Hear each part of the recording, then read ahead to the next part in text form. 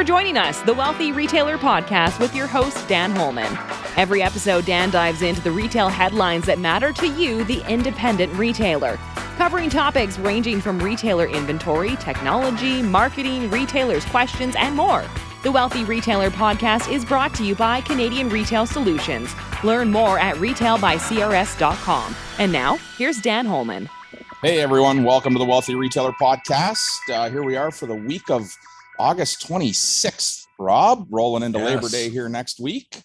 Sun shining, beautiful day. What have you got to say today, my friend? Back to school time.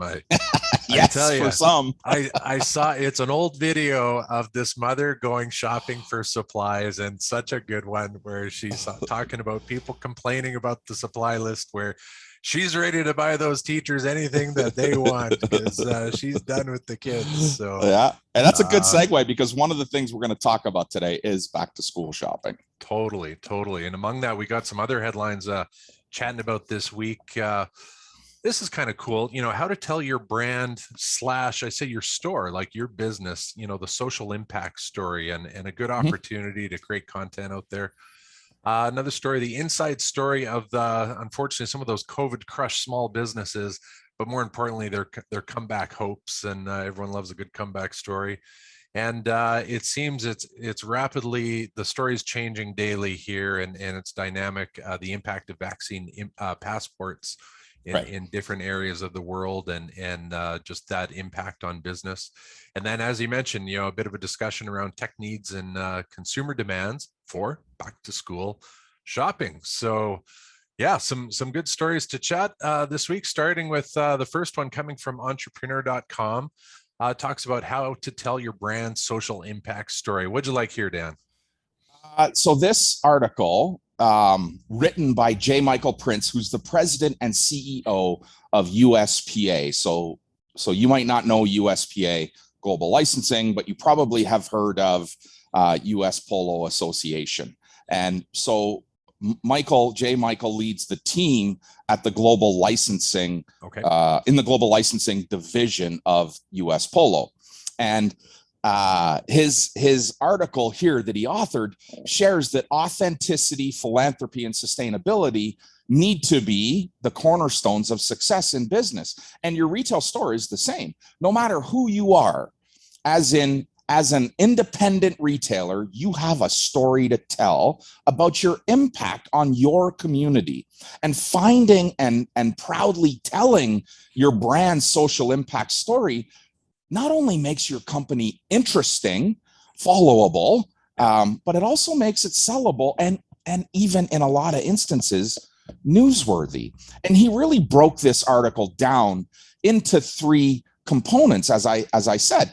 Authenticity, philanthropy, and then, of course, sustainability. So being authentic, put simply, Rob, really means you're true to your own personality, your values, and your spirit, regardless of the pressure that you're under to act otherwise. As an independent retailer, your store must be a representation of you, right?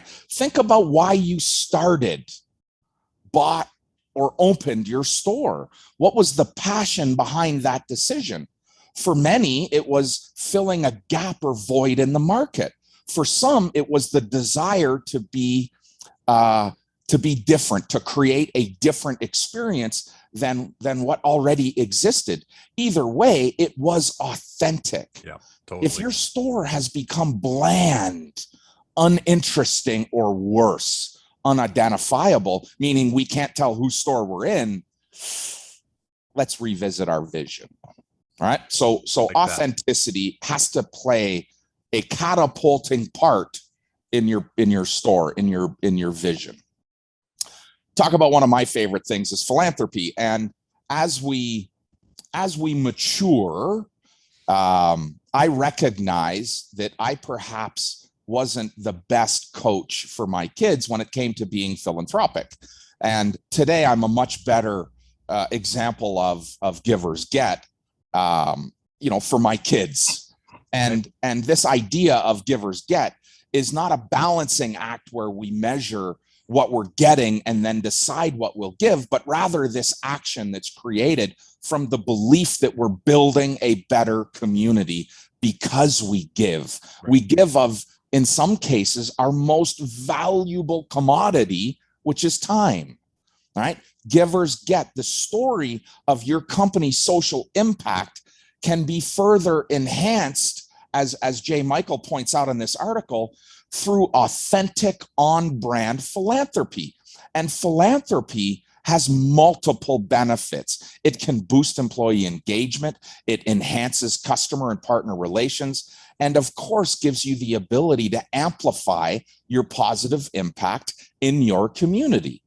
By carefully selecting, Rob, a charity or a cause that fits your mission, you become associated with causes that help to further build out this positive story that philanthropy allows. It also helps us to build credibility, in which turn, I think J. Michael pointed out in this article, it elevates your brand with the perception of expertise and trustworthiness, right?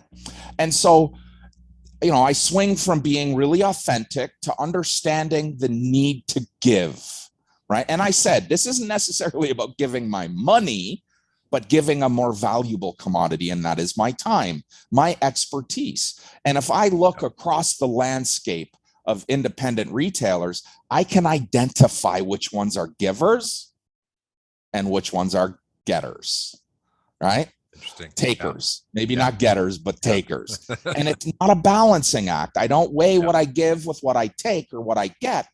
I wholeheartedly give of myself and my time to the cause that I believe in, and it elevates my brand.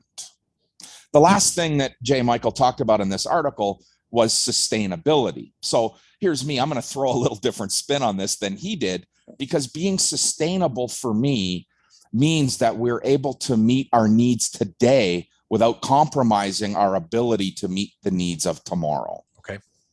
Building and maintaining a sustainable business is accomplished by first fiscally protecting tomorrow. We have to put profit first. We've got to create this habit of saving dollars every day. Stop using this excuse, I can't afford to do it, or where do I get the cash from? That's all bullshit. Sustainability is about creating good habits today that protect your tomorrow. And look, I'm the first one to throw my hand up. Don't give a damn about the afterlife. Don't care about retirement. I'm going to live a better life today.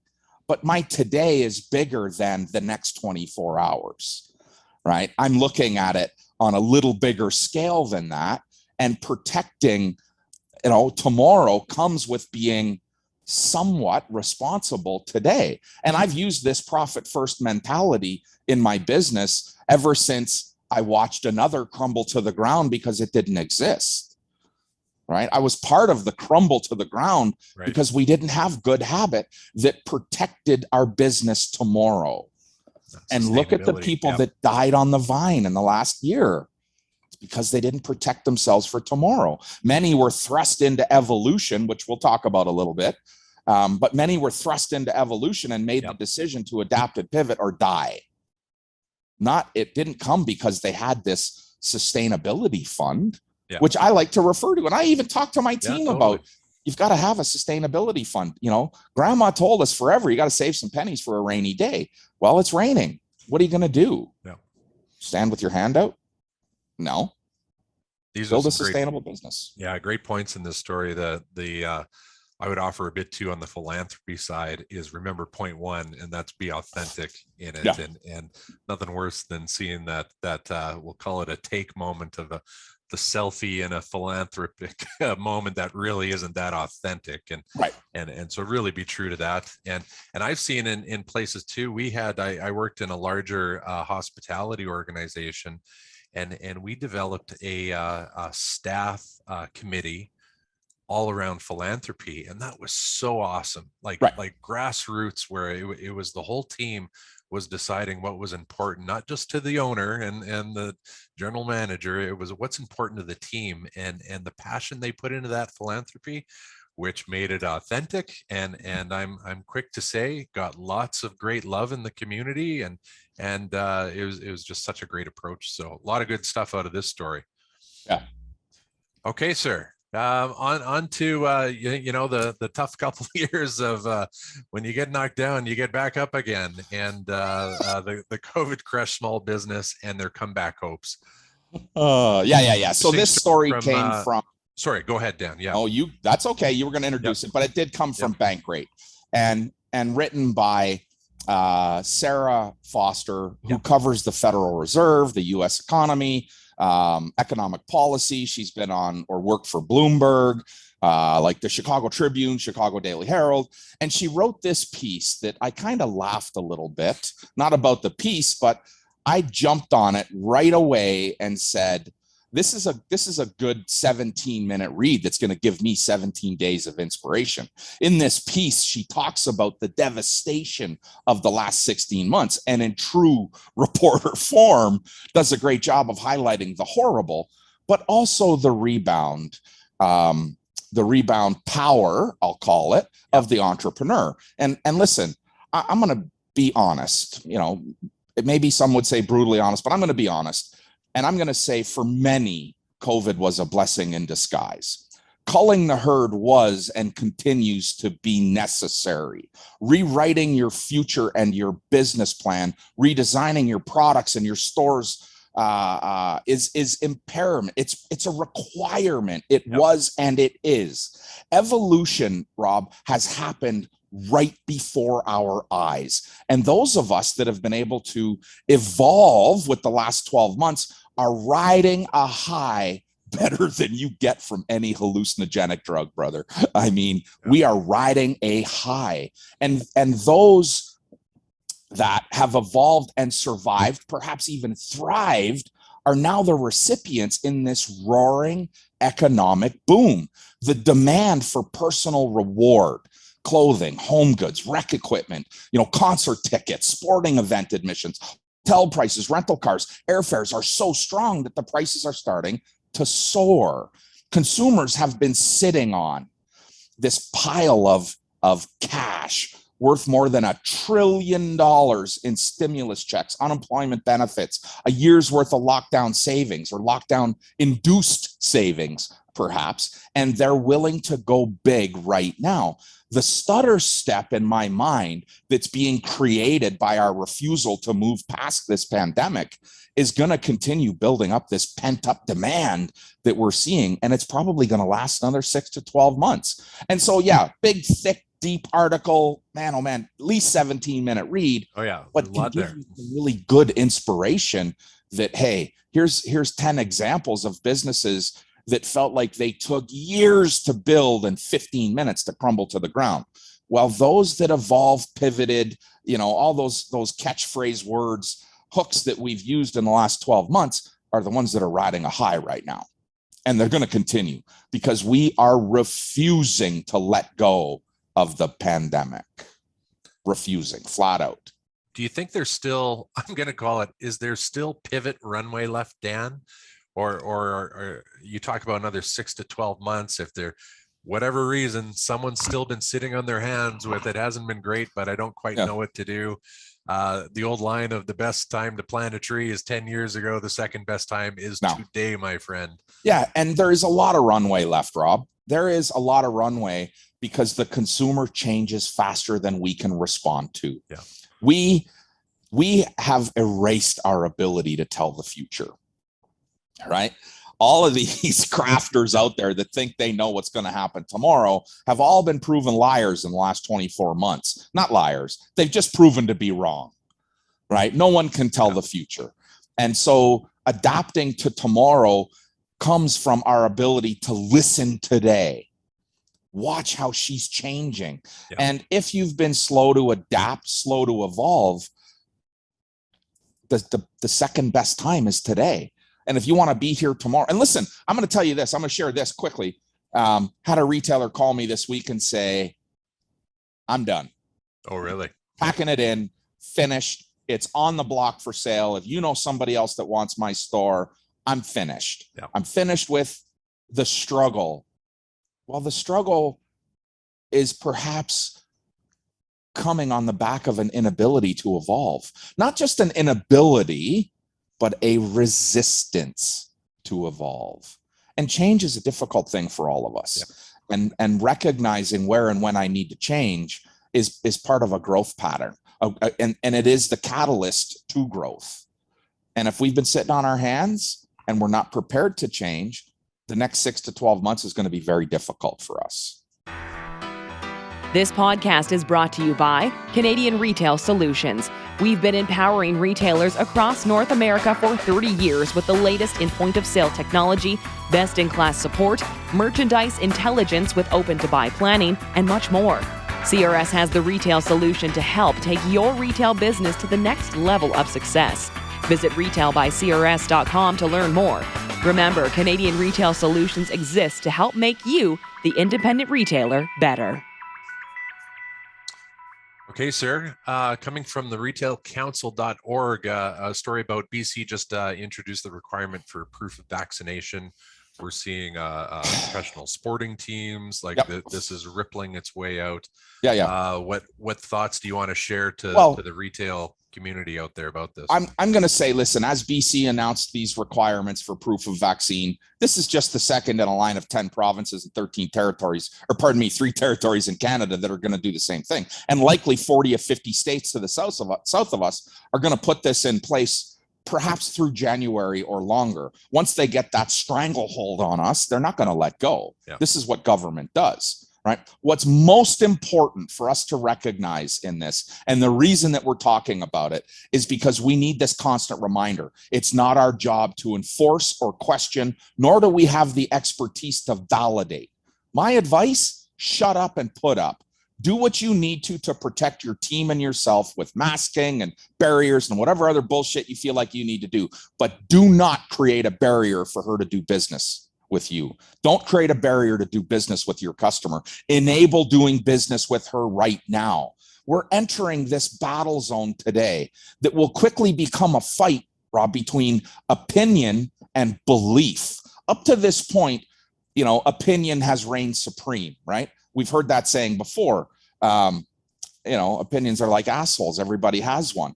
Well, it's not going to be about my opinion anymore. It's going to be about my belief and me standing up for what I believe, whether I will mandate vaccine or not mandate or blah, blah, blah. It's a battle that we don't need to enter into. It's not about whether I believe or not believe. It's about me surviving this. 90% of us, Rob, don't know our ass from a hole in the ground when it comes to the science in defending against this attack. And drawing a line in the sand between your store, your services, and your customers' beliefs is not a healthy place to be. Those that choose to be enforcers are going to feel the pain that's reminiscent of April 2020.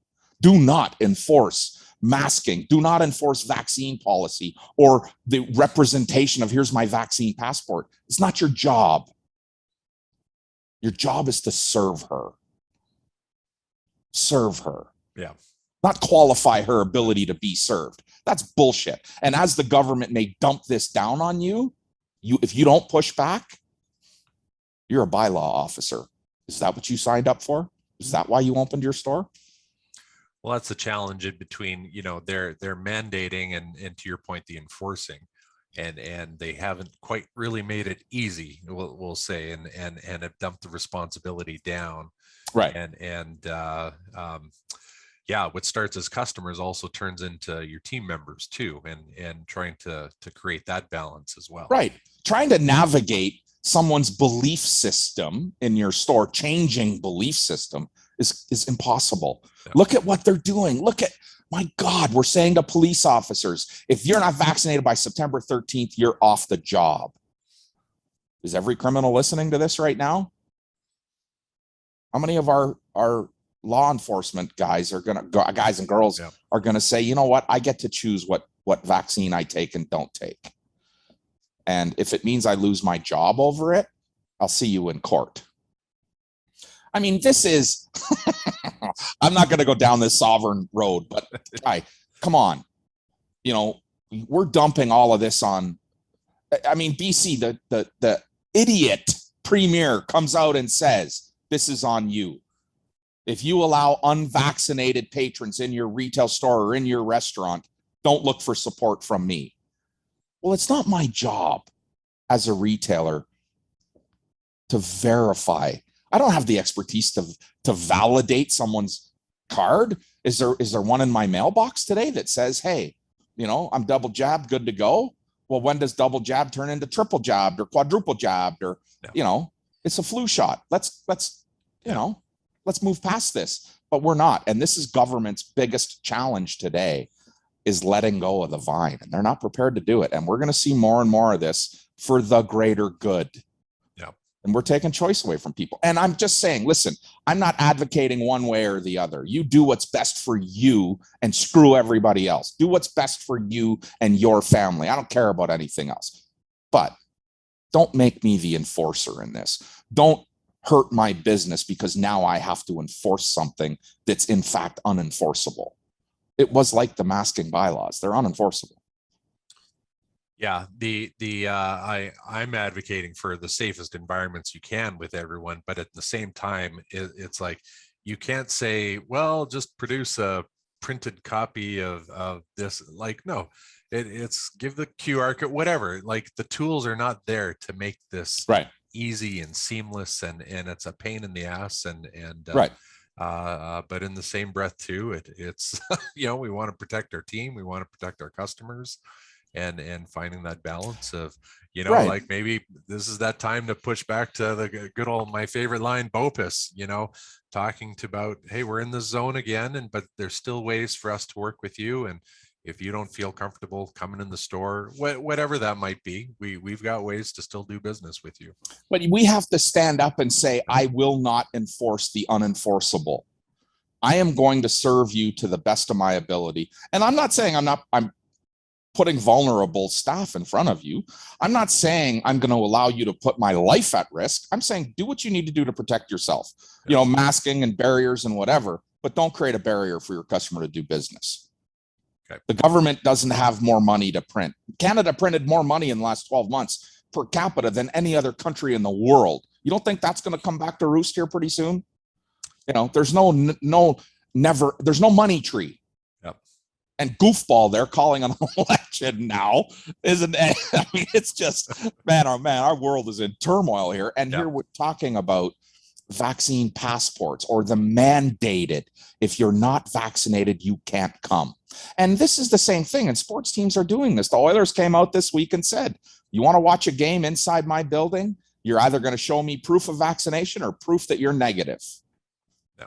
One or the other. You figure it out. And that's a good point too. The headlines have easily gravitated to the you must be vaccinated, but there's also the big part of, well, no, just produce the negative test and show me a rapid test that you're negative, and I'll carry on there too. Right. And and that's here in Alberta where our premier is saying there will be no vaccine passport. So we're saying we want you to be fully vaccinated to come into our building. I mean, they're protecting their business. Right. This is not about anything else other than protecting themselves. The last thing they want is some kind of a crazy outbreak. Right. So they're saying, hey, you're fully vaccinated. They have our due the diligence. Pros and the cons. Right. And that's exactly what's without happening. a doubt. They know they went into it knowing, hey, we're going to lose some customers out of this, but this is our business. But for the greater good, this is how we're going to protect it, so that we can keep those fans coming back into our building. Yeah. And I get that, and I respect that. Okay, well, let's deal with an immediate trend that we can weigh in on, and that's that consumer demand and tech needs. You've got this survey you wanted to talk a bit about, this retail customer experience. Tell us a bit about that, Dan. This totally came from Retail Customer Experience. We'll make sure there's a link to it in the newsletter this week, but it was on a Q&A conversation with Rod Sides. Rod Sides is the vice chairman of Deloitte. And U.S. retail wholesale distribution leader. This guy is a smart cookie. And so retail customer experience, sits down and asks him some questions. So there were a couple that I thought, man, these are really good answers. I want to talk about this. I want to share this. So the first question was, what's driving the big spend in back to school? And is it a result of a year of homeschooling due to COVID or pent up consumer retail therapy needs? And Rod's answer was, as clarity and confidence about the upcoming school year continue to rise, back to school spending will be at its highest level in recent years, reaching what he believes is a collective $30 billion with a B dollars for kids K to 12, or $600 per student. Yep. Right? That spend increase is largely coming as a result of pent-up consumer demand, but also a surge in tech purchases. Right? Consumers say they plan to spend 37% more in that category versus what they did last year. As the pandemic sort of propelled the education system into the digital age, focus on traditional supplies has decreased, with the spend relatively flat year over year. Gotcha. So remember, here in Canada, we're about a month behind the counterparts to the south of us, but it is a good lesson for us to pay attention to. Yeah. Their August year over year back to school spend on traditional supplies was flat, but tech is up almost 40%. Wow. Yeah. We're going to see the same thing here. And every province is a little bit different in the way they're pushing kids back to school. And we are seeing bigger back to school spending. And so some of this pent up demand that we're seeing will be the benefactors to that. Yeah. The other question that I really liked here was, is there a difference in consumer behavior when it comes to clothing versus supplies? And Rod very quickly says, hey, listen, we don't have the granularity for categories. Having said that, our research does show that consumers have made it clear they're sticking with channel preferences that were established during the pandemic, right? So they may not see in back to school the difference between clothing just yet and tech, but anything that happened during the pandemic is going to continue and really be magnified, which is probably more tech driven than perhaps clothing. Us as adults rewarded ourselves coming in and out of the pandemic with some therapy that made us feel better. And as we talked about in the J. Michael article earlier, we totally saw that. And then with Sarah Foster from the Federal Reserve, the massive pent up demand is all about retail therapy now. We're buying ourselves entertainment and clothing, and luxurious has a different meaning than it did a couple of years ago, but items that are discretionary spending, we're seeing more of that. So definitely under the little Johnny, little Susie, it's been a tough year and a half. They deserve something, and that's probably driving. That's the version of retail therapy for the kids that's probably driving a lot of that, and cash that's been sitting for a while. Let's go a little bit over and above, and which probably presents, regardless of the item, opportunity for retailers to build on that narrative that that your kids deserve that this back to school, and might work out well for you. And we're going to see this increase in spending that I think is probably up, for kids K to 12, if you cater to that audience in any form, supply, game, entertainment, anything, you're going to see spending is probably up 17%, and college kids is up probably 14%, right? 78% of kids have some return to school plan right now, perhaps not an at home. Yeah. And let's just think about what has happened to your kid in the last 12 months, since they started school or thought they might start school last year and didn't. I mean, not only have they grown, their wardrobes have changed, their loungewear's changed the same as ours. There is this bit of, I'm back in the game at school, seeing kids and people that I haven't seen. Maybe there's a little more money being spent there. And I think that what I liked about this Q&A with Rod was really his positive perception. I mean, this is a guy that pays very close attention. Right. And through all of these studies, there wasn't one negative thing that came out of it. When we talk about the entrance of a new era in school and the digital age, or the digital, acceleration that occurred in the last year, that's going to continue for both virtual and in-person learning. We're going to see more and more of that. And I think that we're going to say increase in tech spending as it relates to back to school is near 40%, or about $12 billion. Right? They're using more digital technology. So just the fact that they're spending more in this back to school means we need to be paying more attention to it. And I promise we are an immature society. If I'm buying my kids something nice, I might be getting something nice myself. Hey, they can't have all the fun. They don't get all the fun, man. Yeah. So we'll share this whole Q&A, lots of positive stuff, but just a couple of quick highlights. That digital spend is up about 40%, and we're seeing about a 20% increase in K all the way through post-secondary, back to school spending, that there is such a thing this year that maybe didn't exist the same way last year. So, but as you said before, this is probably a good, this season is a good leading indicator of what you're probably going to see Halloween, Christmas, just all the way that next 6 to 12 months, a lot of that pent-up demand and coupled with the we deserve some goodness. To your point, each milestone along the way, we're going to see a little bit more spending.